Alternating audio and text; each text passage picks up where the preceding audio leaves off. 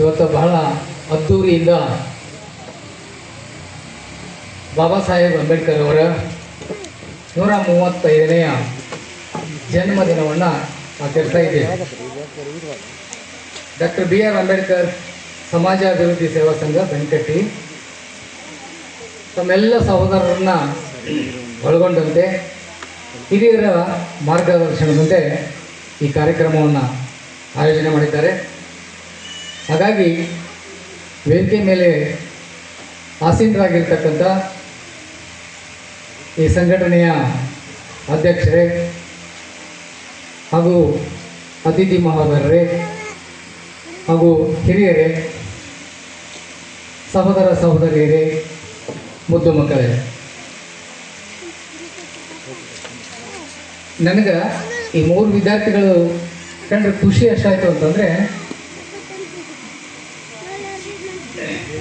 Sir ಹೇಳಿದ್ರಲ್ಲ ಭಾಳಷ್ಟು ಮಂದಿಗೆ ಆಹ್ವಾನ ಇತ್ತು, ಕೇವಲ 3 ವಿದ್ಯಾರ್ಥಿಗಳು ಅಂತ. 23 ಆಗಿರ್ಬೋದು, ಮುಂದಿನ ವರ್ಷಕ್ಕೆ 100 ಆಗ್ತಾರೆ. ನನಗೆ ಆ 3 ವಿದ್ಯಾರ್ಥಿಗಳ ಮಾತಾಡೋ ರೀತಿ, ಅವ್ರು ಹಾಕ್ಕೊಂಡಿರೋ ಡ್ರೆಸ್ ನೋಡಿದ್ರೆ ಆ ಬೇಲೂರ ಶಾಲಾ ಬಾಲಕಿಯರಿಗಿಂತ ನಮ್ಮೂರ ಶಾಲಾ ಬಾಲಕಿಯರೇ ಭಾಳ ಸುಂದರಿಯರು ಅಂತ ಅನ್ಸಿದ್ರು. ಹಾಗಾಗಿ ಅವರು ಇನ್ಸ್ಪೈರ್ ಆಗ್ತಾರೆ ಉಳಿದವ್ರಿಗೆ. ಆ ಕಾರಣಕ್ಕಾಗಿ ನಿಮ್ಗೆಲ್ರಿಗೂ ಧನ್ಯವಾದ ಹೇಳ್ದಂಗೆ ಆ ಮುದ್ದು ಮಕ್ಕಳಿಗೆ, 3 ಮುದ್ದು ಮಕ್ಕಳಿಗೆ ಈ ಮೂಲಕ ಧನ್ಯವಾದಗಳನ್ನ ಹೇಳಲಿಕ್ಕೆ ಇಷ್ಟಪಡ್ತೀನಿ. ಇವತ್ತು ಬಾಬಾ ಸಾಹೇಬ್ ಅಂಬೇಡ್ಕರ್ ಅವರ ಜನ್ಮದಿನವನ್ನು ಇಲ್ಲಿ ನಮ್ಮ ದೇಶದಲ್ಲಿ ಮಾತ್ರ ಅಲ್ಲ, ಇವತ್ತು ದೇಶದಾದ್ಯಂತ ಬಹಳ ವಿಜೃಂಭಣೆಯಿಂದ ಅವರ ಜಯಂತಿಯನ್ನು ಆಚರಿಸಿರುವುದು ಅಷ್ಟೇ ಅಲ್ಲ, ಇವನ್ನ ವಿಶ್ವಸಂಸ್ಥೆಯಲ್ಲಿ ಕೂಡ ಅದರ ಪ್ರಧಾನ ಕಾರ್ಯದರ್ಶಿಗಳು ಇವತ್ತು ಆಚರಿಸಿದ್ದು. ಆಮೇಲೆ